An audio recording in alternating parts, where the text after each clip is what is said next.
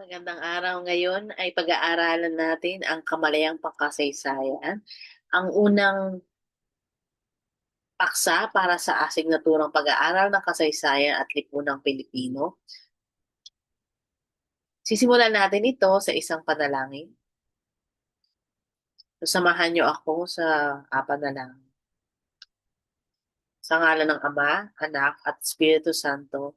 Amen. Panginoon, tunay na pinagmulan ng liwanag at karunungan, bigyan mo kami ng taglay na talino, matalas na pag-iisip, at kakayahang maunawaan ang mga bagay ng karapat-dapat at lubusan. Kayaan mo kami ng aking talento sa pagbibigay ng tiyak na pagkapaliwanag at kakayahang ipahayag ang aming sarili ng buong kumpiyansa at kahusayan. Ituro mo sa amin ang simula, ituro mo sa amin ang tamang daan, at tulungan mo kaming tapusin ang lahat. Sa pamamagitan ni Kristo na aming Panginoon. Amen. Santo Tomas de Aquino, ipanalangin mo kami. San Pier Giorgio Prasati, ipanalangin mo kami. Amen. Sa ngalan ng Ama, Anak, at Espiritu Santo. Amen. Muli, magandang araw. Ngayon ay pag-aaralan natin ang paksa na kung saan makikita natin ano ba talaga ang kahulugan ng kasaysayan. Ano kaya yung mga konsepto, mga ideya na nakapalibot dito. Pinamagatan itong kamalayang pangkasaysayan, ang aral ng nakaraan ay gabay ng kinabukasan. So mula dito, kailangan nating, mula sa pamagat ay kailangan nating pag-aralan ang mga nakalipas sa bansang Pilipinas para makita natin ano kaya ang maaaring pa nating gawin para mapalakas pa at mapaunlad pa ang ating bansa. So, ang pinakauna, katulad ng nabanggit ko, ay ang kahulugan at kahalagahan ng pag-aaral ng kasaysayan. So, salitang kasaysayan, isa sa mga makukuha nating salita pa ay ang salitang saysay. Maaari ito ang pinagmulan, yung etymology o yung rootur, yung pinagmulan ng salitang kasaysayan, na hindi lahat ng nangyari sa nakalipas ay kailangan nating malaman. Ngunit, ang mga mahalaga ay mga mahalagang nangyari sa nakalipas na makakatulong para sa uunlad o pagkasakatuparan ng anumang kagalingan ng isang bansa o ng bansang Pilipinas ay ating pag-aaral. So, ito ay yung kanyang etimolohiya, mula ito sa Griyegong salita na historia o history, pagkatuto at pagtatanong sa pag-aaral at pag-iimbestiga. So, ito ay isang Griyegong salita. So, sila kasi sa sibilisasyon ng tao, maraming mga edukador ang nagsimula talaga sa Greek o sa Griego. Hindi lang ang kasaysayan. Maaaring ang inyong mga kurso ay meron ding mga etimolohiya o pinagmulang salita mula sa Grego.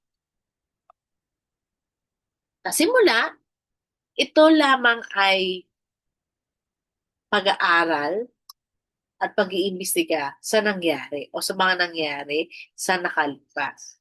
At kinalaunan, tinignan nila sa pamamagitan nga ng ama ng kasaysayan na si Herodotus ng Gresya, siya ay nagpasimula ng pamamaraan ng mga pamamaraan ng mga nakalipas na pangyayari. So pinag-aralan niya bakit kailangan nating pag-aralan ang mga pangyayari natapos na o nagdaan na. Tinawag niya itong istorya ng ibig sabihin na investigasyon. Pag sinabi kasi natin istorya, kailangan isalaysay ng isang tao ang naganap sa nakalipas. So, kung makikita nyo sa salitang kasaysayan, maaaring makakuha pa tayo ng iba pang mga salita katulad ng salaysay or sanaysay sa pamamagitan ng pagkukwento at pagkasabuhay nito ay maaaring makita natin ang nangyari sa nakalipas. Hindi naman kasi sa lahat ng pagkakataon ay magiging pangunahin tayo naroon, mawi-witness o makikita ang mga pangyayari. Kaya merong mga iilan talaga ang nakasalamuha at nakakakita ng mga pangyayari na sila yung salaysay. Sinabi ni Herodotus na kailangan nating pag-aralan yung mga nakalipas. Bakit? Kasi meron itong mahalagang um, maaral para sa kung paano natin gagawin ang ating lipunan sa kasalukuyan. At maaaring itong may epekto sa kung ano ang magiging hinaharap. So, mula sa pag-aaral ni Herodotus, nagkaroon ng dalawang simpleng kahulugan ang kasaysayan mula sa tradisyonal at makabago niya. Yung una, yung tradisyonal, ito ay talaan ng nakaraan. So, yung mga pangyayari ay kronoholikal na pinapakita at isinasalansa. Talaan ng nakaraan ng tao magmula nung nagsimulang lumitaw ang mga nakasulat ng nakaraan. So makikita lamang kung ano yung mga datos at impormasyon sa kung ano yung kaganapan sa isang bansa na mahahalaga.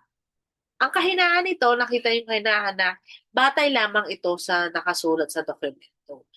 Yung oral history nung una o sa traditional na kahulugan, mahirap bigyan ng kredibilidad kapag ang kasaysayan ay nasa oral history lang. O sinasali lamang gamit ang verbal na komunikasyon. So ito yung tinatawag nating oral history. Bakit? Kasi yung ebidensya, yung pamamaraan ng yung pagsasalita ng isang mananalaysay ay maaaring magbago. Merong limitasyon kasi ang tao talaga na bawasan o madagdagan ang mga impormasyon o datos. Kaya nawawalan ito ng kredibilidad. Ngunit, meron pa silang isinasang-alang dati na walang nakasulat na tala, walang kasaysayan. So, paano naman kung ang mga tao, ang mga sinuunang tao noon, ay talagang walang kakayahan magsulat? Yan. Sa Pilipinas nga, ang baybay ng isa sa mga una nating paraan ng pagsusulat na napakahirap nung simula. Yung kanilang mga materyales sa pagsusulat ay mahirap gawin at iilan lamang ang may kakayahang gumawa nito. So, ibig sabihin ba kapag hindi na isulat ay hindi na talaga nangyari? Ito yung kahinaan ng tradisyonal na konta.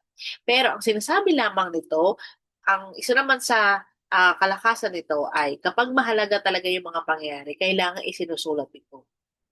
Kaya yung ating mga antropologiko o ay naggalugad, pati mga archaeologists natin, archaeology, ay naggalugad sila ng mga nakasulat na kasaysayan sa iba't ibang lugar sa Pilipinas. Halimbawa, sa kuweba. So nakita nila na kapag mahalaga pala talaga, kailangan siyang isulat. So ngayon, taliwas ng tradisyonal na kahulugan naman ng kasaysayan, narito yung makabago at modernong kahulugan. Muling pagbubuo ng nakaraan batay sa mga sumusunod na kasulat na tala. So isinasang-alang pa rin yung kahalagahan ng tradisyonal na kahulugan. Ngunit dinagdagan na ito na yung kasaysayang pasalita ay maaari din nating pakinggan. Halimbawa, kailangan natin tignan yung testimonya ng isang tao kung talagang siya ay naroon. Siya ay talagang first-hand witness o siya yung isa sa mga unang taong may alam ng buong pangyayari. Kaya kailangan din mapakita na hindi kailangan ibaliwala yung kasaysayan pasalita. Ang susunod naman ay mga artifacts sa kultura at tradisyonal ng bayan. So, gumagamit na tayo ng iba pang materyales sa pagbuo ng kasaysayan. Hindi lang ito yung mga nakasulat. Halimbawa, yung mga simbolo, mga gamitan. Yung mga tao, yung sa Tabon Cave, yung nakakuha ang mga archaeologists natin ng mga gamit ng mga tao. So, maaaring itong tinawag na maging artifacts kung ano talaga yung maaaring maging pamumuhay nila. So, ang pag-aaral, muli, isa pang definisyon ng moderno ay pag-aaral ng mga pangyayari at pag-ulat ng mga tao sa nakaraan. So, hindi lamang tinitingnan kung ano yung naganap, pero titingnan ano ba yung mga proseso ng pag-unlad na nangyari sa nakaraan. At ang pinakahuli ay kinasasangkutan ito ng koleksyon, pagsusuri at sintesis. So, hindi ka lang kukuha o malalaman mo yung mga nakaang pangyayari, pero ano ang maaari pasusuri nito. Dito nagkakaroon ng mga pagbabago at pagkakahalintulad ng iba't ibang mananalaysay o mga historiador dahil iba-iba sayo ng paraan ng pagsuri. Iba-iba rin yung paraan natin ng pagbibigay ng synthesis o pagkasabuod ng mga bagay.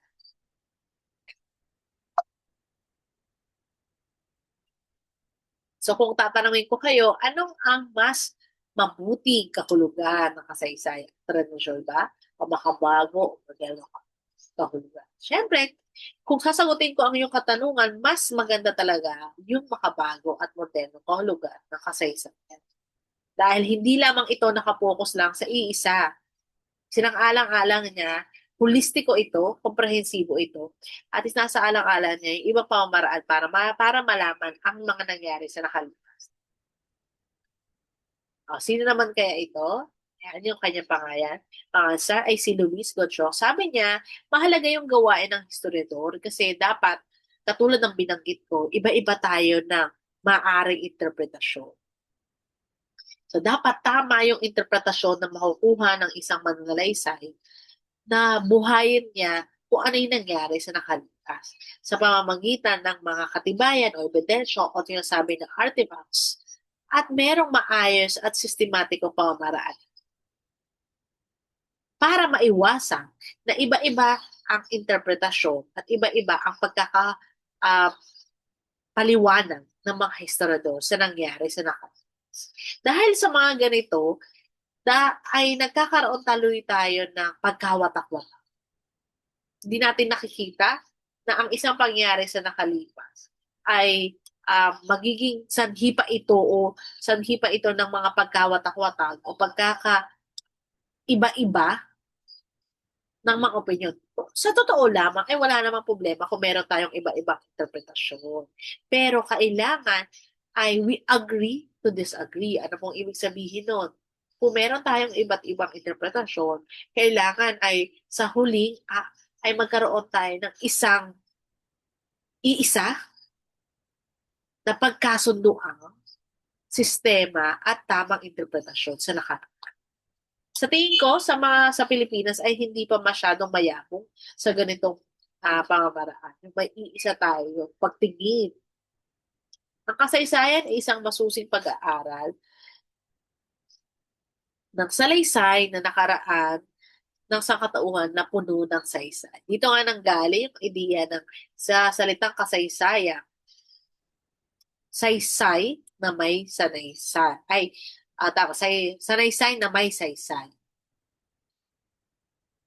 Or salaysay. Pero yung salaysay kasi maaari siyang verbal o kaya hindi verbal. Yung sanaysay naman ay paraan siya ng pasulat. Mahalaga rin naman kasi talaga ng yung pasulat na pagbibigay ng kahulugan ng kasaysayan ng mga mga pagkat, pagkatama ng mga nakaraang pangyayari. So mahalaga yung nakasulat ito. Kaya tinatawag siyang sanaysay. Ang sanaysay sa Ingles, ito ay yung essay para hindi kayo maguluhan. So, ngayon, paano natin nalalaman ang mga nangyari sa nakalipas? Dahil merong isang historiador na nagsulat. Gumamit siya ng sanaysay at ipinasa ito sa iba't ibang institusyon. Paano natin nalalaman na ang Pilipinas pala, bago dumating ang Espanyol, ay ganito ang ating lipunan. Dahil may mga historiador na nagsulat. Tama ba yung kanilang mga interpretasyon? Yun yung pag-aaralan natin sa susunod. Okay? Ang susunod naman ay si Leopold von Ranke. Siya yung tinaguri ang ama ng kasaysayan, scientifico. Bakit? Kung ang ama ng kasaysayan, huwag kayong maguluhan ay si Herodotus dahil ang nakita niya na kailangan pag-aralan ang nakalipas para sa hinaharap. Nakita naman ni Leopold von Ranke na kailangan yung pamamaraan natin para malaman na tumpak yung mga ating interpretasyon sa nakaraan. Kailangan ito ay scientific. So ito ay epekto ng ika-19 na siglo. So siya ay merong impluensya ng positivist at imperialist na kaalaman. So nais niyang tingnan na merong mga prosesong sinusunod para makita natin o para makabuo tayo ng isang sanaysay. So, para sa kanya, ang kasaysayan ay isang anak. So, medyo, pag sinabi nating imperialist, dapat talaga ay nakikita.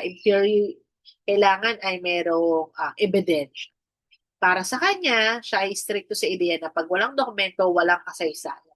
Pero kapag nakakuha tayo ng dokumento o nakagawa ng isang tao o isang manalaysay ng dokumento, maaaring magkaroon ng kahalagahan ang pangyayari sa lahat.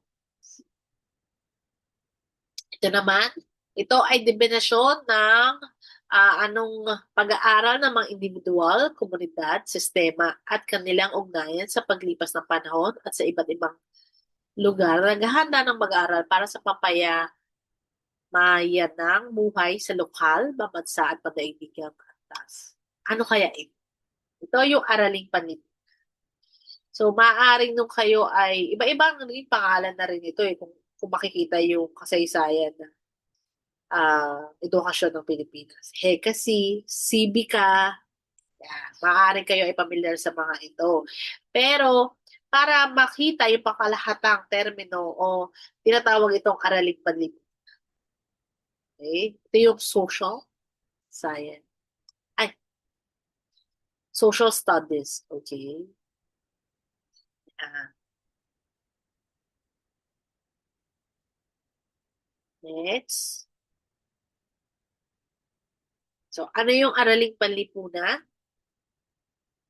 Gamit yung pamaraang nakabatay sa pagtatanong, so ano talaga yung inquiry-based approach siya, tinatanong ng mag-aaral kung ano yung nais nitong siya sa atin ang malawak ng karanasan ng sangkatauhan, tapos pagbuo ng mga tanong, pangangalap, at pagsusuri ng ebidensya na makikita sa mga mapagkakatiwalaang mga sanggunian at isinasaalang ang iba't ibang pananaw. Tandaan na, iba't ibang pananaw at interpretasyon at paggamit ng kaalaman at kasanayan sa araling panlipunan.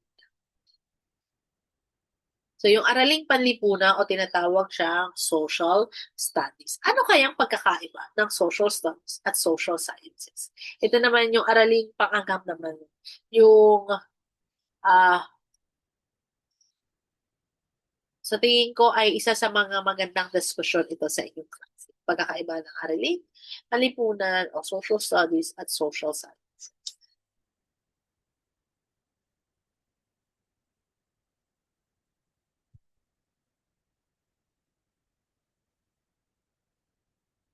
Next, paano natin masasabing mahalaga ang kasaysayan? Ano kaya yung mga dahilan kung bakit mahalaga yung kasaysayan sa atin o sa kasalukuyan natin? Bakit tayo nag-aaral ng kasaysayan? Una, pinapakita nga ito, ayan, nagbigay lang ako ng pinakabuod, gabay at naging tulay sa pagitan ng kasalukuyan at nakaraan. Yun talaga yung pinakaunang dahilan kung bakit pinag-aaralan natin ang kasaysayan. Para malinawan tayo, ano bang nangyari sa nakaraan, paano ito makakatulong para sa ating hinaharap na problema sa ngayon at hindi na ito mauulit pa sa hinaharap. Okay? So, dalawa lang, tatlo lang yan. Kasi kasalukuyan, ang nakaraan, kasalukuyan, at hinaharap. So, may ganong buod kung bakit mahalaga yung kasaysayan. At ang pinakahuli ay tinataguyod nito yung pagiging nasyonalismo at pagkamakabayan natin sa akin. Kahit na alam ko na napakahirap mahalin ng ating bansang Pilipinas. Hindi dahil yung Pilipinas yung mahirap mahalin, kundi yung mga taong namumuno dito. Yan. So magkaiba yun ha. So isa pa rin sa paraan ng pagmamahal ng Pilipinas sa bansang Pilipinas ay maging aktibo sa paghahanap, yan, o pag-elect or yan, pagsusuri ng mga taong kumakandidato para hawak ng ating gobyerno. Kasi kung mahal mo yung Pilipinas at meron kang nasyonalismo, hindi mo pipiliin yung mga taong sa tingin mo naman ay hindi magiging maayos na leader. Yan. So merong usapin din tayo ng nasyonalismo at pagiging makabayan. Ito ay nakapaloob nga sa mas mapapalalim natin ito sa ikaapat na markahan. Tapos, ang kasaysayan talaga ay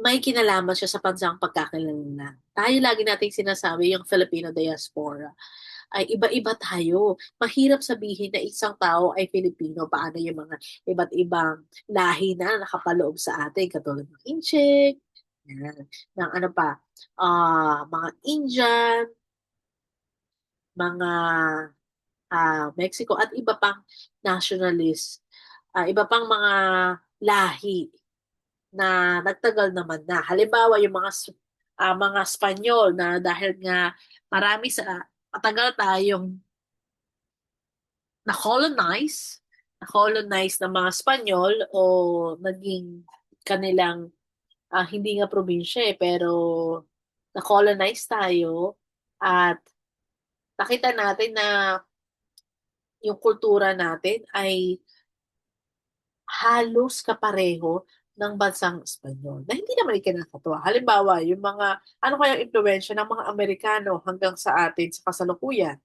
Yan. Dahil ba na tayo ay na-colonize o naging kolonya ng iba't ibang bansa, ay wala na talagang tunay na Pilipino. Hindi. Maaari nating makita na iba, kung ano man ang lahing pinagmulan mo, ay hindi ito ang dahilan para mawala yung pagiging nationalismo at pagiging makabayan mo. Ang susunod naman natin ay paano ang isang pangyayari ay nagiging bahagi ng kasaysayan. Hindi lahat na nangyari sa hinaharap ay kailangan nating pag-aralan o suriin. Ang una, ang pinakauna talaga ay yung katotohanan o yung mga facts yan. Kailangan mayroong record, batis at elemento. Napakadali na ito sa modernong mga pangyayari sa ngayon dahil meron tayong mga instrumento katulad ng cellphone, ng camera para makita talaga. Yan. Mas pwede napakadali natin maglagay ng ah, mag-upload o maglagay ng mga pangyayari sa ibang lugar gamit ang social media. Nakaka ito ba ay isang magandang teknolohiya na para magamit para malaman yung katotohanan sa kasaysayan? Opo, yes. Okay? Pero yung interpretasyon, doon na tayo magkakaroon ng iba't ibang um, pagsusuri. Pero yung mismong pagkuha ng pangyayari gamit ang mga teknolohiyang meron tayo ay isa ng magandang paraan, modernong paraan na para makarecord. Tapos, tinatawag itong archives, yung mga koleksyon ng mga batis. Pwede itong technological based na rin ha, modernong koleksyon o hindi lamang ito yung mga nakaraan. Pero, sa kasaysayan ng Pilipinas, kaya sa ating halimbawa sa UST Library, meron pa rin section ng archives. Kasi doon naka inaalagaan ang lahat ng mga libro na nai-publish yan o nailathala sa mga panahon ng mga Espanyol. So, ang historiador o yung mga taong merong criteria at mga bihasa, nakapag-aral at may mga kasanayan ay magbibigay ng kanilang interpretasyon, pagsusuri, tapos pamimili ng mga impormasyon at batis na mahalaga. Kasi napakadaming nangyari naman sa nakaraan. So, hindi natin may isa-isa yun. So, tinatawag itong historical methodology. Ito nga yung sinasabi ni Leopold von Ranke kanina, dapat scientific yung pagkuha natin. Okay? Pag pinagsama ito, yung kasaysayan natin, ay hindi lang siya kasaysayan ng ilan. Dapat kasaysayan siya na may katotohanan. Okay? O historical fact. Nawawala na kasi. Ito yung isa sa mga problema ng henerasyon natin ngayon. Dahil dali natin kumuha ng mga iba o pag-record. Tapos iba, meron tayong kakayahan talaga mag-interpret on our own, magkaroon ng interpretasyon sa sarili nating kakayahan, ay gagawin natin ito. wala namang problema. Dahil likas talaga ang tao na magkaroon, mag-isip, magsuri, pero kailangan meron itong metodo na sinusunod. Meron itong mga kailangang standard o mga criteria na kailangan sundin para ito ay matanggap ng lahat. Okay? At matawag itong historical fact. Okay, next. Lalo na sa kasalukuyan ang daming mga distortion, historical distortion na nagaganap. Okay? So, tingnan muna natin yung pagsusulat ng o pagbuo ng pagsusulat ng kasaysayan sa Pilipinas sa iba't ibang panahon. So, nung ika-16 na siglo na ang mga Espanyol pa rin, yung dahil nabanggit nga na ang isa sa mga nag-colonize sa atin ay ang mga Espanyol o tayo ay naging colonial ng mga Espanyol ay sila talaga ang unang gumawa ng kasaysayan ng Pilipinas. So, nagkaroon sila ng ethnography o obserbasyon, pagmamasid, obserbasyon sa ang mga Espanyol sa kanilang pagmamalakbay dito. Ma'am, bakit po hindi tayo nagsimula bago dumating ang Espanyol? Dahil wala pang formal talagang naisulat bago dumating ang mga Espanyol na magbubunsod sa atin ng kasaysayan ng Pilipinas. Okay? Pero hindi ibig sabihin nito na wala talagang nangyari o walang kultura naganap sa Pilipinas bago dumating ang Espanyol. Hindi totoo na nagsimula ang ating sibilisasyon sa panahon ng mga Espanyol. Okay? So, titignan muna natin na ang mga manunulat, kilalang manunulat at yung kanilang akda. Una ay si Miguel de Luarca, sa Relasyon de las Islas Filipinas noong 1582. Si Pedro Chirino, Relasyon de Islas Filipinas noong 1604. Si Antonio de Morga, Sucesos de las Islas Filipinas. So dito, ginagamit na yung lengguwahe ng mga Espanyol at ang tawag na sa ating bansa ay Philippines. Siguro alam niyo naman kung saan nagmula ang ating pangalan na Philippines, okay? O yung Philippines. Sige nga, maaaring magkaroon din ito ng diskusyon sa inyong klase. Tapos sila po ba ay mga Espanyol talaga? Opo. Anong klase silang Espanyol? Sila ba ay mga peninsulares, insulares? Yan.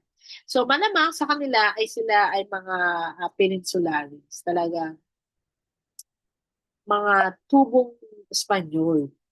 Kaya yung kanilang pamamaraan ba ng pagsulat, isinang-alang-alang ba nila ang talagang naganap o historical fact mula sa perspektibo ng mga Pilipino? Hindi. Okay? Tandaan ha, ang meron sa kanila ay obserbasyon. So, kumbaga, obserbasyon, pagiging bahagi ng Pilipinas sa mga panahon. Susunod naman, History Beside People in the Philippine Islands.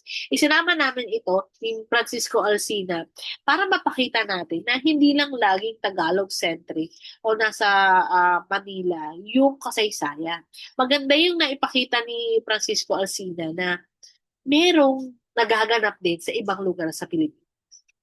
Okay? Si Juan de Plasencia, yung Las Costumbres de los Indios Tagalogs de Filipinas. Indios. Siguro pag-aaralan na rin sa ng inyong mga guro, sa inyong on-site class, yung iba't iba antas ng pamumuhay sa panahon ng Espanya. Okay? At pag ikaw ay ang nanay at tatay mo ay talagang tubong o likas na Filipino, ikaw ay tinatawag na Indio. So dito pa lang, meron na talaga siyang hierarchy. Dito pa lang, nakikita na natin na ito yung perspektibo ng mga Espanyol at ito ang nangyayari sa Pilipinas. Nagkaroon ba ng pagtutugma? Hindi. O, ma, hindi sa lahat ng bagay. Okay, nagkaroon ng pagtutugma. Ang ibig sabihin noon, hindi talaga nakita nila yung mga pangyayari o ang perspektibong ginamit talaga nila ay yung pangkaming. Diba? Kung titignan, yung kanilang ideya, yung kanilang pamamaraan. At susunod naman, sinama din namin katulad ng ginawa ni Francisco Alcina, yung Traveler in Visayas, Boxer Codex siya o manuscript. Okay? Pag sa buhay ito, na meron na talaga nagaganap na sibilisasyon sa Pilipinas bago dumating ang mga Spanish. Okay?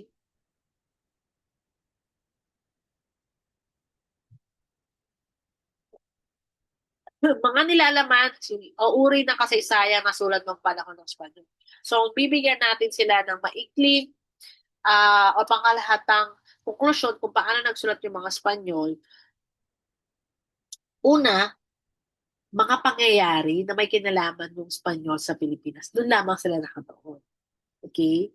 Yung mga pangyayari na walang kinalaman yung Espanyol, hindi nila naibanggit, hindi nila naisama. So doon pa lang meron ng hindi na natin makikita na 100% historical fact yung naisulat. Mga pangyayari ng relasyon ng Espanyol sa mga sinaunang Filipino. Mga talaan ng kanilang obserbasyon ng pagmasid sa mga sinaunang Filipino. So, katulad ng binanggit ko, siguro gagamit na lang ako ng isang pananaw. Ito ay pananaw ni Susan Lazar na pag-aaralan din natin kung sino siya sa mga susunod. I think sa pinakahuli ng ating pag-aaral. Pero sinabi niya na pangkaming pananaw yung ginamit ng mga Espanyol. Perspektibo lamang ng Espanyol. Pag ganun po, yung interpretasyon ng isang mananalaysay ay hindi siya holistiko. Yeah. Kaya marami dito, yung mga nabanggit na mga akda ay medyo hindi akma sa pamumuhay talaga ng mga Pilipino. Sa pagkakataon, ang bawa yung sinulat ni Antonio Morga, ayan, merong isang uh, hero, bayani sa Pilipinas, ang konesyon ang mga naisulat nila. Yan. Sino kaya ito? So,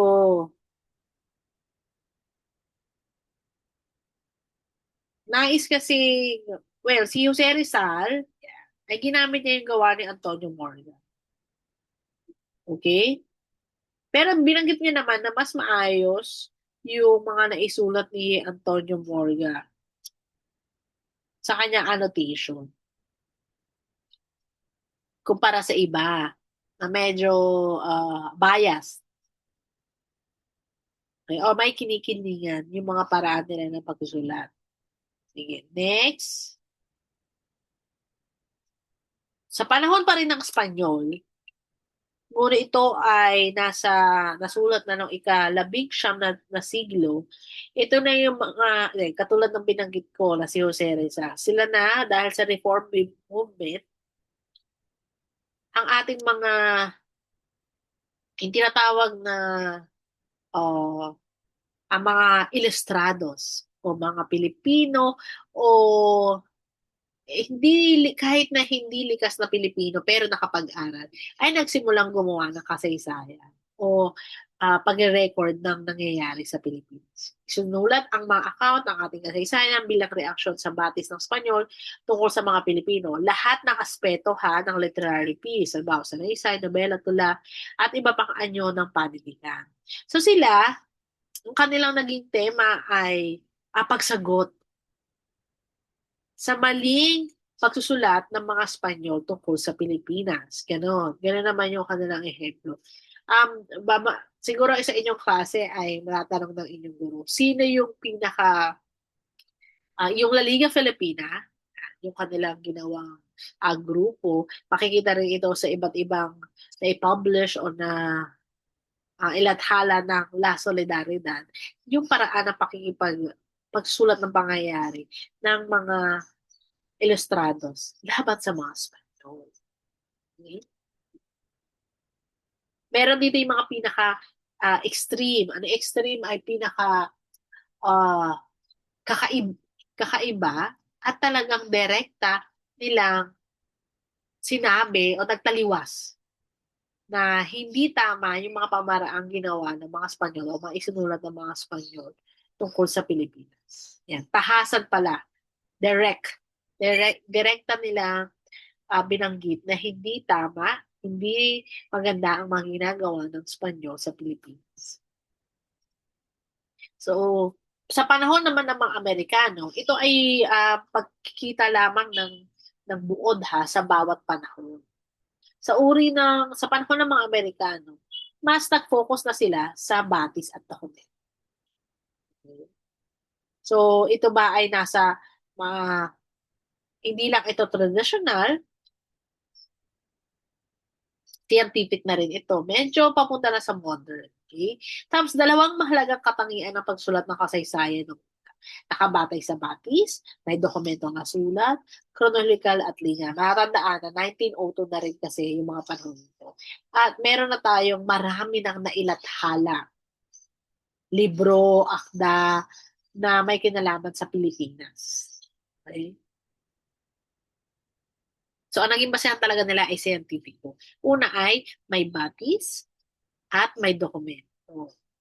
So, mahalaga dito para kung makukuha na, anong makukuha natin sa panahon ng mga Amerikano, sa paggawa nyo halimbawa ng PETA, mahalaga yung paggawa, yung paggamit ng maayos na sanggunian.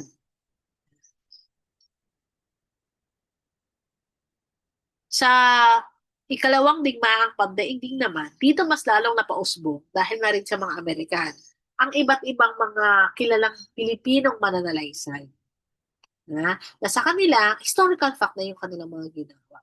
Hindi na pang kami, hindi na perspektibo o interpretasyon ng mga Espanyol ang kanilang pamamaraan, kung hindi mga Pilipino na. Sino ang una? Ay si Teodoro Agoncillo. Lumikha siya ng bagong pananaw sa pagsusulat ng kasaysayan na dapat yung kasaysayan ng ay interpretasyon at pananaw ng mga Pilipinong historiador. Okay? Yeah. Next naman, si Renato Constantino na kung saan gumamit ng mga perspektibo ng Marxist, ano po ba ito, na yung kasaysayan ay tunggalian ng mga uri. Na ang mga unang naisulat ng kasaysayan ay lagi may kinalaman sa pangyayari ng mga elitis o ng mga elitismo. O, nagaharing uri. Kung ano yung mga mahalaga para sa kanila, yun lang yung mga naisusulat. Pero, ano kaya, may sa tingin nyo, meron bang mga kasaysayan na naganap yung mga masa? Halimbawa, yung mga simple magsasaka, meron. Kaya kailangan daw mapakita rin ito. Kailangan maging balanse ito. Kasi lagi nating nakikita na yung ah, mga batas, polisiya ng mga nagaharing uri o ng mga mayayaman o ng elitista, iyon lang yung mahalaga. Pero katulad ng may pagbanggit ni si Isidoro Agoncillo at si Renato Constantino na History of the Filipino Masses. Yan. Yung mga nangyayari sa pangkaraniwang Pilipino na dapat sila yung mas nakikita natin o sinusulat sa kasaysayan. At si Susan Salazar ay may konsepto rin siya ng pantayong Pilipino. Well, generally, sa kung tutuusin, pareho naman yung kanilang mga idea. Hindi dapat perspektibo ng panlabas yung nakikita sa pagbasa ng kasaysayan. Halimbawa, yung panahon ng Espanyol, yung mga Amerikano, kahit na maayos yung kanilang pararaan ng pagsulat. Okay? Kahit na puro katotohanan yung mga nakasulat doon, hindi pa rin dapat. Dapat makita pa rin yung pantayong pananaw o yung mga pananaw ng mga Pilipino. So yung tatlong yan, kaya sila mahalaga dahil dito nagpamulat na talaga na ang pagsusulat ng kasaysayan ay dapat mga Pilipino ang gumagawa at Pilipino ang inuuna.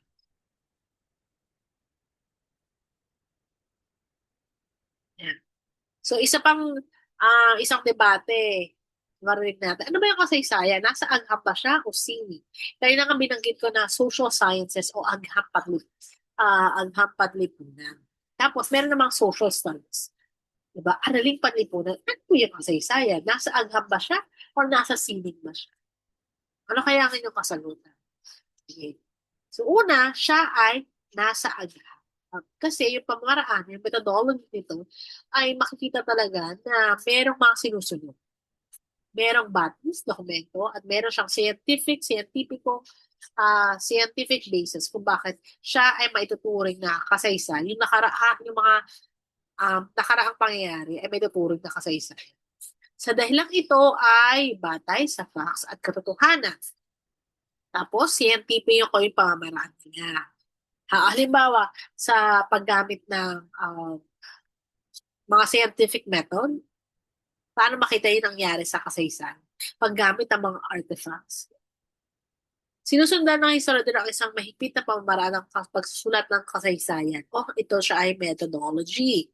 So, hindi lamang, katulad ng nabanggit ko kanina, hindi lamang dahil gusto mong magsabi or ikaw ay naging bahagi ng isang pangyayari sa nakalipas, ay may may karapatan kang magbanggit, magsalaysay, kung ano ang iyong nakita. Pero kung ito ay matatanggap ng universal o pangkalahatan, kailangan scientific yung pamamaraan. Kung hindi, magiging istorya lamang siya o tinatawag natin chismis. Yan. Na hindi naman talaga uh, sinasabing mali. Maaari ang mga mahalagang pangyayari sa nakaraan ay nagsimula sa chismis o sa isang istorya.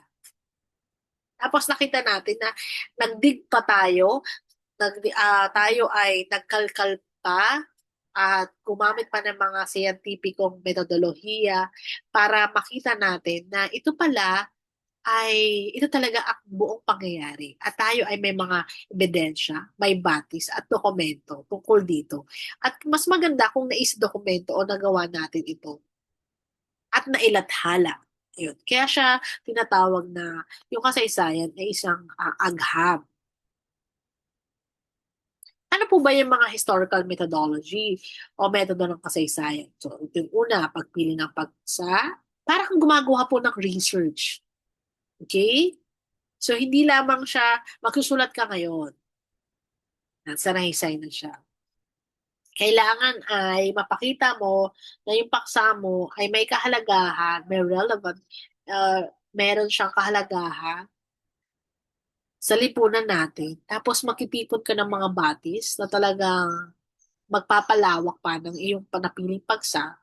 Tapos yung mga batis na yon ay magkakaroon ng iba't ibang kritisismo at pagsusuri. Meron siyang panlabas at panloob.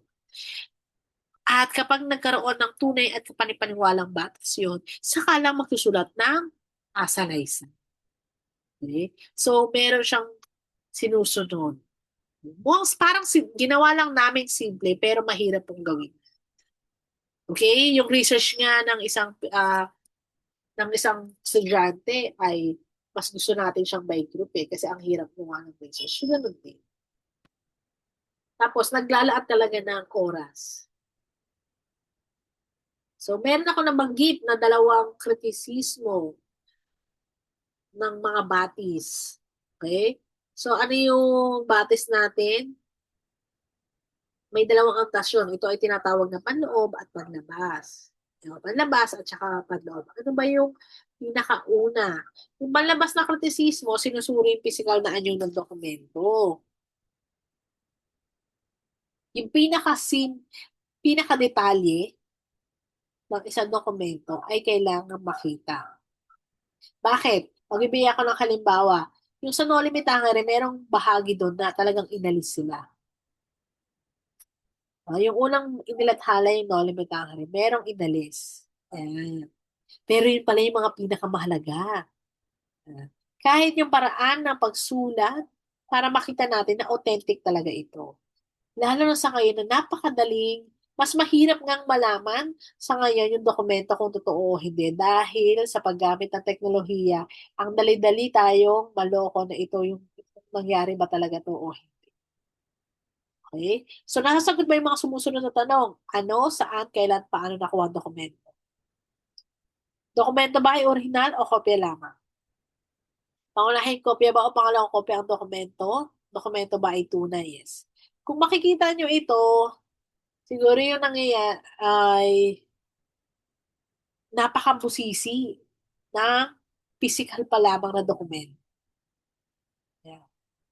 Lalo ng isang libro o mga libro. Hindi lang ito dokumento ha, panlabas din halimbawa yung mga artifacts. Okay, talaga bang tunay ito? Saan ito nakuha? Dahil marami bang mga fake materials? Yes. Okay? Kaya nga class yung mga mahal, yung sinasabi nating authentic na mga ah, materials na nagamit sa kasaysayan ng nakaraan. Ano? Kaya may nagaganap na parang auction, etc. Dahil sa panlabas na kritisismo, ay titingnan yung detalye nito. Ang susunod naman yung panloob na kritisismo, kung ano talaga yung nakapaloob doon. Sinusuri nila naman yung interpretasyon ng dokumento at yung mga salitang ginamit. Kasi sa panloob ay narito na yung iba't ibang makikita na kung ano talaga yung paraan ng manunulat. Kung siya ba ay gumamit ng siyentipiko o hindi. Ano po ba yung mahalaga, panlabas o panloob? Pareho po. Okay? Kung sa panlabas pa lang meron ka ng question, kahit napakaganda ng panloob niya, makikita, kailangan mong mapatunayan na yung panlabas ay authentic at maayos talaga siya. Tunay siya. Okay? So, isa pa, ang kasaysayan ay isa ring sining. Bakit? Kasi yung paraan ng mananalaysay ay hindi lang siya simpleng naratibo. Okay? Binibigyan niya ng kahulugan yung mga katotohanan mula sa batis. Merong, siguro may bibigay kong example si Dora Agoncillo. Gumamit nga siya ng literary na parang pag binabasa mo ang mga ito ay nandun talaga siya sa pangyayari. Yan. Kapag isa na sumulat ng kasaysayan, ito ay dapat maayos, pagkakaunay, elegante yung pagkasulat. Sa isang sanaysay talaga, napakahirap ng sumulat. Kasi kapag alam mo, nakapagsulat ka, meron ka maiisip mamaya na gusto mo pang ayusin pa. So, lagi siyang may pagbabago. So, imagine niyo o tingnan niyo kapag pagsusulat ito ng kasaysayan ng Pilipinas. Ano kaya yung mga isasama namin? Ano kaya yung mga hindi namin isasama? Ano kaya yung interpretasyon na gagamitin? So, mahirap talaga ang pagsulat ng kasaysayan. Hindi mo magagawa ang pagsulat ng kasaysayan sa isang araw lang. Kaya kung magpapagawa kami ng mga gawain katulad ng essay, kahit na i-AI mo yan, titignan mo yung sanggunian pa rin. Yeah. Kasi malalaman natin kung ito ay gawa ng isang estudyante o ng Pilipino at hindi ng AI. Yung AI ay puro lamang siya datos. Yan. Pero yung pamamaraan ng pagsulat ay makikita talaga natin kung talagang nandun yung tao. Yan. Ayun yung kasaysayan naman bilang isang sining. Itong sining, dahil hindi lamang libro ang pwede natin gawin. Yung iba, halimbawa kung sa Mandian, ay yung kanilang pamamaraan ng pagsulat ng kasaysayan sa pamamagitan ng mga sculpture, sa pamamagitan ng painting o ng drawing. Yun ay isang bahagi lamang din ng pagsulat ng kasaysayan. Pero sa visual lamang, kaya siya tinatawag na scene. Okay, meron kaming nais na tanong sa inyo dahil lagi sinasabi na history repeat itself. Paulit-ulit na lamang yung mga problema ng Pilipinas. Mula una hanggang sa ngayon ay ayaw natin yung mga pangulo. Yan. So, bakit sa tingin nyo ba ang pangyayari sa nakalipas ay nauulit lamang? Siguro maaaring magkaroon kayong diskusyon sa loob ng klase. Okay? Pero kung sasagutin namin ito, hindi talaga nauulit ang kasaysayan. Hindi maaaring maulit ang kasaysayan na 100% parehong-pareho. Hindi nauulit lamang, ito kasi ay metaphorical, nauulit lamang ito ang kasaysayan dahil hindi natuto yung mga tao. Kaya kung may magkakamali sa nakalipas, hanggang sa ngayon ay patuloy itong nararanasan ng isang lipunan. Okay? Kaya parang cycle lang naman. Diba? Halimbawa, kung sa politika yan, binoto na namin itong mga politikong ito. Pero ganun pa rin, nahihirapan pa rin yung buong Pilipinas. Bakit? Dahil ang mga binoto natin ay maaaring nanggaling sa isang dinastiya lamang. Sige, magbibigay na ako ng political na halimbawa ukol dito. Binoto na natin si Marcos. Nakailang presidente ng Marcos, Aquino. Pero bakit pa rin natin sila binoboto? Di ba? Oh, so history repeats itself because human or the people um, keep repeating it. It's a mistake actually if the history repeat itself. So, so kung isasalin ko to ito sa Filipino ay ang kasaysayan o ang kasaysayan ay nauulit lang dahil hindi natututo talaga o hindi nakakita ng mga hindi ito nasuri ng mga ah, iba't ibang henerasyon. Okay? Or, maaari nating makita na nangyayari ito ulit Dahil yung mga historiador o yung mga nagsulat ng kasaysayan ay hindi siya historical fact. Hindi siya 100% historical. Okay? Kaya sa ngayon, mas mahirap gumawa ng kasaysayan. Kaya ang tanong ng iba kung gagamit ako kay Renato Constantino, para kanino ang iyong akda? Para kanino ang pagsulat mo ng kasaysayan? Kung magsusulat ka ng kasaysayan para ibida o ipakita yung mga mahalagang ginawa ng mga naunang Pangulo ng Pilipinas, meron bang yung esensya? Diba? Nung mga unang panahon o nung mga nasa elementarya pa lang kayo or kahit kami, ay pina-memorize sa amin yung mga batas na nagawa. Meron ba yung kahalagahan? Kahit sobrang daming batas na nailagay nila o na-memorize na, bakit pa ulit-ulit pa rin yung mga problema ng Pilipinas? Dahil yung kasaysayan o yung paraan ng pagsulat nila ng kasaysayan ay hindi para mapakita yung kasaysayan ng pangkaramihan. Hindi siya Filipino point of view. Yun ay pagsusulat naman ng kasaysayan para sa interes ng iilan lamang. Yan. So ngayon, nang mag-expect kayo na hindi namin ipapamemorize sa inyo yung mga ginawa ng mga pangulo, diba? Yung mga sinaunang paraan na ng pag-aaral ng kasaysayan. Sige, malapit na tayo. So, nandito na tayo, malapit na tayo matapos. Narito na tayo sa elemento ng kasaysayan. So, meron ito. Yung elemento, ano yung mga bahagi ng kasaysayan na napakahalaga? Obvious, sa katotohanan talaga, ay ang pinakamahalagang elemento nito ay yung mga tao mismo. O kung sa kasaysayan ng Pilipinas yan, ang mga Pilipino, hindi ang ibang lahi. Pero lagi nating isaan na alang-alang yung mas gusto nga natin isulat yung mga kilalang tao, yung mga dayuhang tao na may nagawa sa atin. Kasa yung mga iba pang ah o yung pangkaraniwan o tinatawag nga siyang um, pangmasang Pilipino. Yan. Ito yung pinakamahalagang elemento sa apat na nabanggit dahil hindi magkakaroon ng kasaysayan kung walang nagaganap sa walang aktibidad ang mga tao. Ang susunod naman ay ang lokasyon. So, kailangan nating makita kung yung kasaysayan ginagawa natin ay pambansa ba siya, para sa nasyon ba siya, o meron lamang para sa lokal. Mas ang kasaysayan ng Pilipinas, nag-focus tayo lagi sa pambansa. Kasi gusto nating makapag-compete, magkaroon ng paghahambing sa ibang bansa. Halimbawa ng Pranses.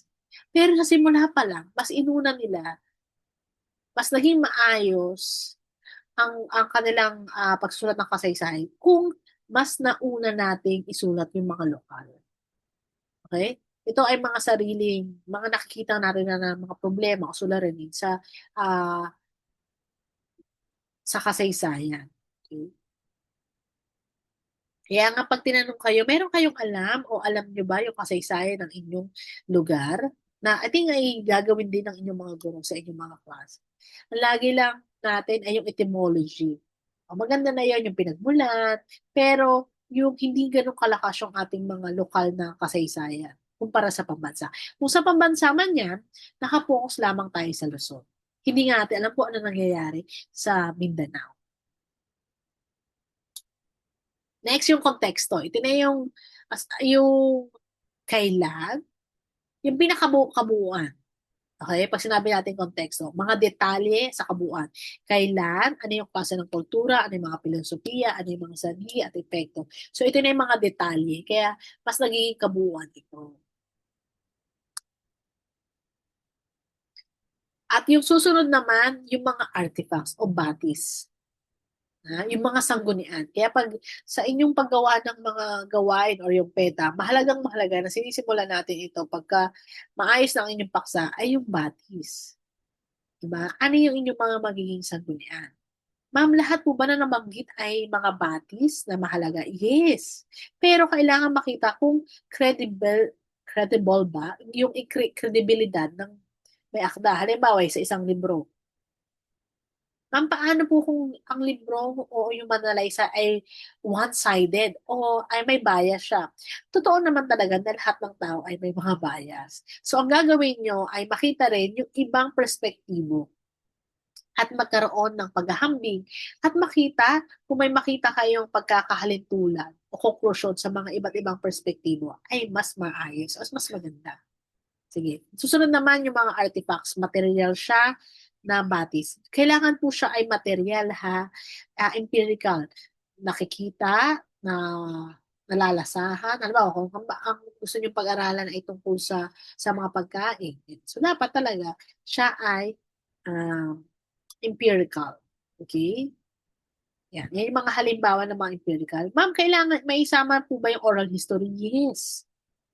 Okay? Pero kailangan natin tanggapin na yung oral history ay kaya nga mas maganda na makapagkaroon tayo ng pag-interview ng iba't ibang mga tao o ng maraming tao. Para yung oral history nila ay i-generalize o mako-conclude natin. Hindi kasi natin pwedeng sabihin na ito lang, ano, 10 tao lang yung akin tinanong.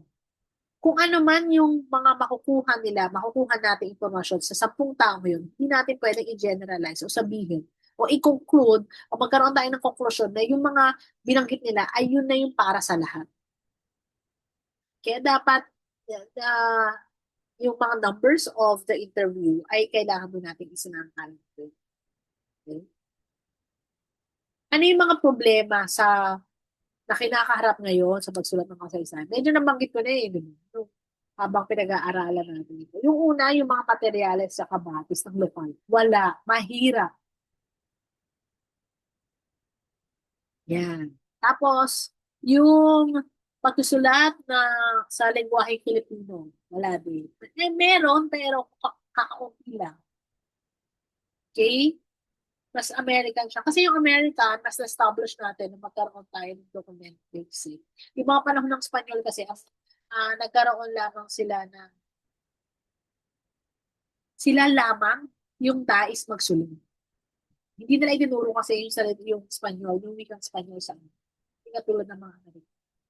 Okay. Merong mga pagkili yung mga dayong historiador. Diba? Katulad ng pinagit ko kanina.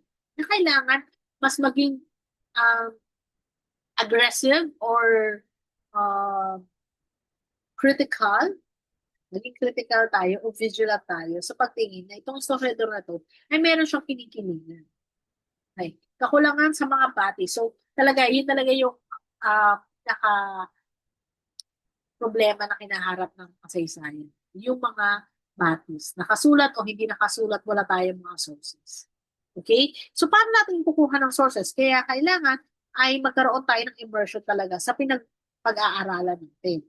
Alam mo, gusto natin pag-aralan itong mga lugar, bawa ng Ifugao, kailangan nandun tayo.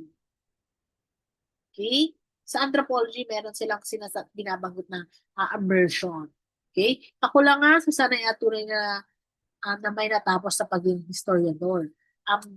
Napakadaling gumawa ng sanaysay, pero yung pagsulat nga ng kasaysayan, dahil napakahirap nito, at in terms of financial ay hindi naman ito masyadong mataas, ay mas konti ang kumukuha ng mga kurso na may kinalaman dito sa social science.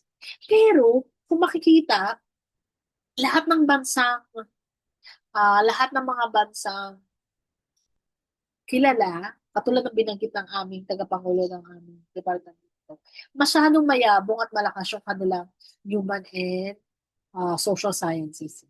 Kasi doon nagtuon.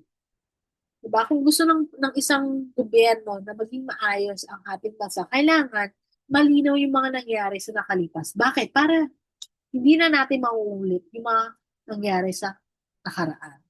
Okay. Mga rason ng pagbibigay kabuluhan sa lokal na kasaysayan na pananaw ng isang nationalist o ng isang makabayan. Talagang gumawa kami ng isang uh, ng pagbigay ng lokal na kasaysayan na dapat yung gumagawa nito ay makabayan siya. Kasi kung gagawa, ang daling gumawa ng kasaysayan ng isang lugar, tapos puro negative yung sasabihin mo, na hindi naman natin maiiwasan dahil nakikita natin yung mga negatibo. Mukhang, or kaya naman may sarili siyang interes. Halimbawa, pinagawa siya ng isang politiko, magsulat siya ng kasaysayan ng isang lugar. Tapos gusto lamang yung magsulat ng kasaysayan tungkol sa kanilang pamilya. So may kinikilingan talaga yung historiador na yun. Okay? Pero meron siyang fan. So ayun yung mga hinaharap ha. So sa dayuhang historiador o kaya naman mga pagkiling nito sa mga interes ng nagsusulat ng kasaysayan. May pamilyar ang mga Pilipino sa sariling kasaysayan, pagkakailan sa sariling kultura. Yan. May iba't iba tayong nagkatalo-talo tayo sa ating sariling kasaysayan class. Diba? Yun, that's parang, katulad ng sa politika. Nakita natin lahat, pero may kanya-kaya tayong justify. Dahil ayaw nating matalo sa kung ano yung gusto nating paniwalaan. So may problema doon. So para masolusyonan nyo, yung pagkapalaganan pa rin ng pagiging makabayan ng kabansa. Na kahit na ito ang gusto mong paraan na pagsusulat ng kasaysayan, isa sa alang-alang mo, baka meron pa akong kulang.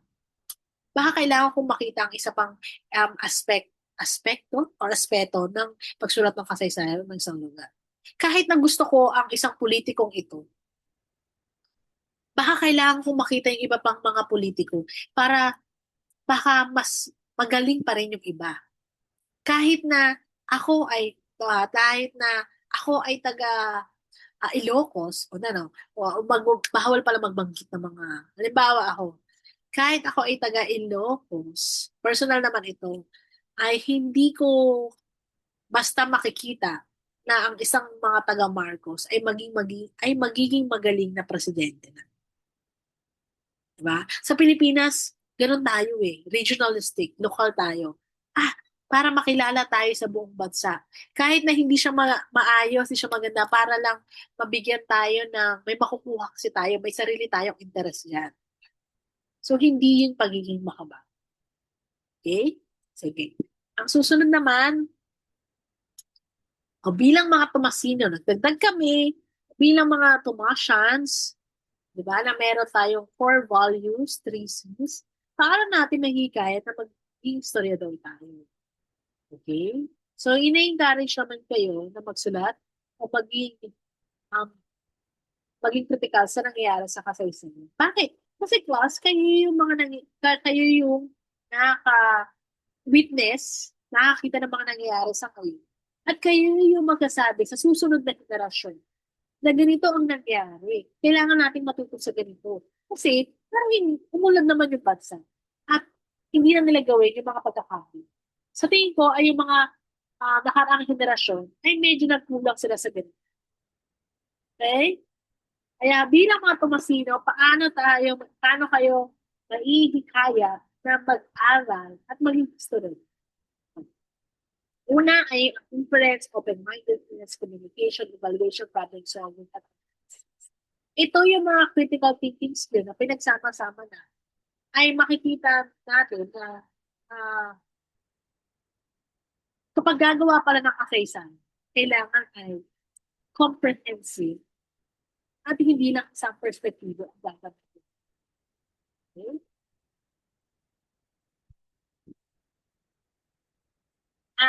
So muli, babalik namin katanungan. Buod pa ba ang kasaysayan? So hindi. Dahil yung mga elemento nito ay iba na, yung mga tao, konteksto iba na. Isa pang katanungan na nais namin maging bahagi ng inyong mga gawain sa klase. Ang sa inyong palagay, ang historical revisionism ba ay mahusay na ideya o ideyang nakasasama? Sasagutin ko to, yung historical revisionism talaga ay nakakasamang ideya. Kasi binabago mo ang nangyari dahil meron kang sariling interest. Pag meron nabago kasi yung kasaysayan dahil may bago tayong ebidensya na kuha. Okay?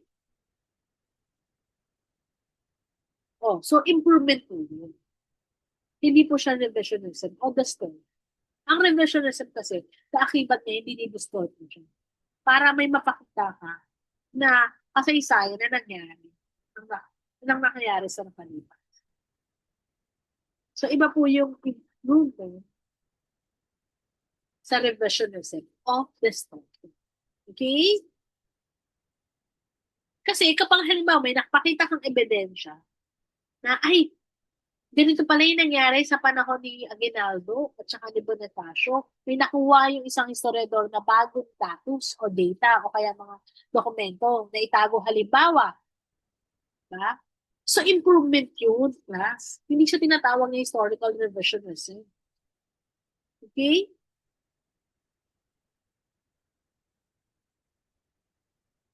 Dahil doon merong iba't ibang filosofiya ng kasaysayan ang maaari nating magamit. So, noong ika-19 na siglo, para makita natin yung pandaigdigang nangyayari sa pagsusulat ng kasaysayan, may malinaw silang hatian ng gawain. Okay? O yung division of labor, hati-hati gawain. Halimbawa, ikaw ang gagawa sa Pilipinas, ikaw ang gagawa ng political na aspeto ng Pilipinas. Ikaw ang gagawa ng economical na kasaysayan ng Pilipinas. So, hati-hati po siya. Sa relihiyon. Yan.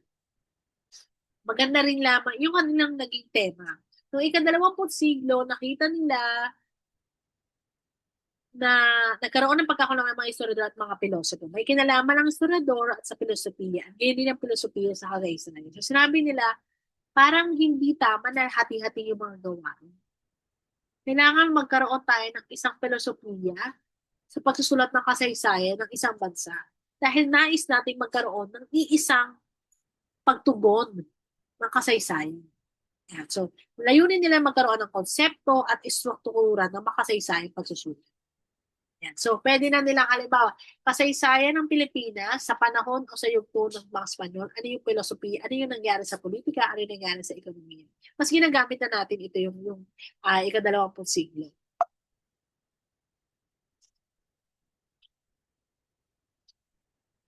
So, ano po yung historiografiya? Hindi lamang ito yung pagsulat na kung ano yung nangyari sa kasaysayan. Kung hindi, pinapaliwanag din po bakit nangyari ang mga ito. Diba? Ano yung mga nagbunsod ng pangyayari ito? Bakit mahalaga ito? Ano kaya yung mga, at pinaka mahalaga ay, ano kaya yung mga aral na makukuha natin sa mga pangyayari ito nung nakalipas? Natukoy nito kung paano isinusulat ang kasaysayan, kabilang ang pamamaraan, interpretasyon, paggamit ng mga simbolo. So katulad ng nabanggit ko, hindi madaling gumawa ng kasaysayan ng isang lugar o ng Pilipinas. Okay?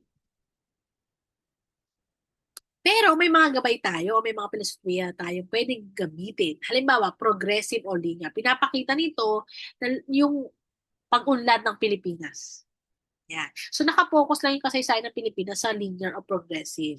Pinapaliwanag, ng mga panahon ito, ang ginagamit sa ekonomiya, lalo sa ekonomiya class, progressive lagi yung paggawa natin. Mas marirealize natin na mapagtatanto natin na yung kasaysayan ng Pilipinas sa usapin ng ekonomiya ay ang bagal pala ng unlad ng Pilipinas, di ba? Sa cyclical naman, umiikot ito. Class, hindi po ito yung history repeat itself. Umiikot ito, nauulit ito, dahil gano'n yung naging patakaran. Maaari, halimbawa, sa panahon ng mga dinastiyang China, 'di ba? Pag namatay yung pinuno, meron na naman silang bagong iilek, bagong hihirangin na pinuno. So nauulit lamang. Okay? Yun po yung cyclical. Sa Pilipinas, yung presidente natin natapos yung kanyang term na yun. Kaya kailangan may mamuno uling bago. Cyclical po yun. Okay? Pero hindi ibig sabihin na uulit ang kasaysayan. Next naman, open-ended or contingent, pinapakita nito na yung kasaysayan, hindi pa tiyak. Nakadepende pa ah dahil maaari magbago ito. Halimbawa na lamang kapag nagkaroon ng digmaan, nagkaroon ng mga mga pandemya, nagbabago yung kasaysayan nito. At mahirap itong mapredict o makita kung anong talaga yung mangyayari sa hinaharap. Yan. Ang susunod naman ay interpretive or hermeneutics. Nakatuon ito sa pagbigay ng kahulugan at kapagsusuri ng mga pangyayari at teksto upang maunawaan yung kahulugan nito sa iba't ibang konteksto. So, meron tayong isang teksto dito, tapos iba-iba yung pwede natin makuha interpretasyon doon. So, ito yung interpretative. Okay? Ginagamit itong mga historiador sa pagsusuri ng dokumento o mga testimonya. Yan. Lagi nating tandaan na ang mga mananalaysay o historiador, meron silang sarili-sarili talagang interpretasyon. Ito yung limitasyon nito.